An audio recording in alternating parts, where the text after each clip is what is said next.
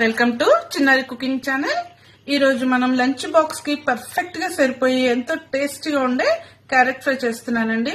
చాలా తక్కువ ఇంగ్రీడియంట్స్ తో తక్కువ టైంలో చేస్తాం. ఈ కర్రీ పిల్లలకే కాదు పెద్దలకు కూడా చాలా బాగుంటుంది. సో దీన్ని ఎలా తయారు చేయాలో ఒకసారి స్టార్ట్ చేద్దాం. చలో. క్యారెట్ వేపుడు చేసుకోవడానికి కావాల్సిన పదార్థాలు ఇవేనండి. క్యారెట్ ఒక 1/2 కిలో, ఒక ఉల్లిపాయ. ఆల్రెడీ క్యారెట్ తీయగా ఉంటుంది కాబట్టి ఉల్లిపాయలు ఎక్కువ వేయకూడదు. ఉల్లిపాయ, 3 పచ్చిమిరపకాయలు, తాలింపు గింజలు, ఎండుమిర్చి, కరివేపాకు, కొంచెం 1 స్పూన్ ఎండు కొబ్బరి, 1 స్పూను ధనియాల పొడి. వీటితోటే మనం క్యారెట్ ఫ్రై చేసుకుందాం. కళాయి పెట్టుకుని నూనె వేసుకుందామండి. 2 గరిటెల నూనె సరిపోతుంది.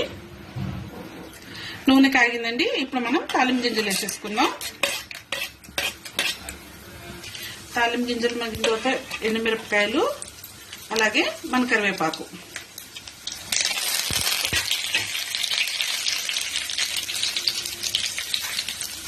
పచ్చిమిర్చి సన్నగా తరుక్కున్న ఉల్లిపాయలు కూడా వేసుకుంటాం.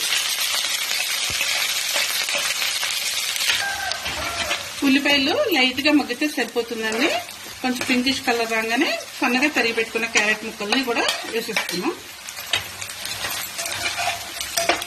వేసుకొని కలుపుకొని మూత పెట్టుకుని సన్నని మంట మీద మగ్గ పెట్టుకున్నాం. ఇలా మధ్య మధ్యలో ఒకసారి తీసి కలుపుకోవాలండి. అప్పుడు చక్కగా అన్ని ఈవెన్ గా ఎగుతూ ఉంటాయి. చక్కగా మగ్గిపోయినాయండి. ఈ టైంలో మనం కూరకి సరిపడా ఉప్పు, కారం, పసుపు వేసుకున్నాం.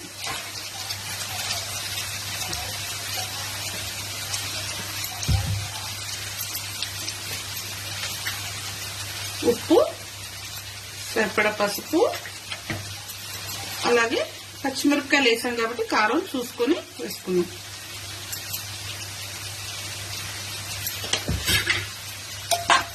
అన్నీ వేసి చక్కగా కలుపుకుంటే ఒక 2 నిమిషాల్లో మన క్యారెట్ మగ్గిపోతుందండి. ఎక్కువ టైం పట్టదు క్యారెట్ మగ్గడానికి. త్వరగా మనకు మగ్గిందా లేదా అంటే ఒక ముక్కని ఇలా కట్ చేసి కట్టయిపోతే చూసారు ఈజీగా కట్ అయిపోతుంది. ధనియాల పొడి కొంచెము, కొబ్బరి పొడి వేసేసుకొని కట్టేసుకోవచ్చు. మన క్యారెట్ వేపుడు అయిపోయింది. ధనియాల పొడి కొంచెమేనండి, ఎక్కువ పట్టదు. ధనియాల పొడి కొంచెం 1 స్పూను, ఎండు కొబ్బరి పొడి మాత్రం 1 స్పూన్. ఇది అన్నంలో కలుసుకుంటే చాలా బాగుంటుందండి. పిల్లలు ఇష్టంగా తింటారు కాబట్టి ఎండు కొబ్బరి పొడి వేస్తున్నా.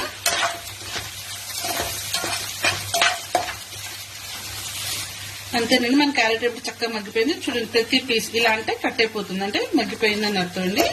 ఇప్పుడు సన్నగా తరిగి పెట్టుకున్న కొత్తిమీర వేసుకుని కూర ఆఫ్ చేసుకోవడమే. ఇదిగోండి, మన క్యారెట్ ఫ్రై రెడీ అయిపోయింది. ఇది అన్నంలోకి, చపాతీలోకి బాగుంటుందండి. చాలా టేస్ట్గా ఉంటుంది. లంచ్ బాక్స్ కి పర్ఫెక్ట్ అండి. నా వీడియో కనుక నాకు అది మీకు నచ్చితే లైక్ చేయండి, షేర్ చేయండి, సబ్స్క్రైబ్ చేసుకోండి నా ఛానల్.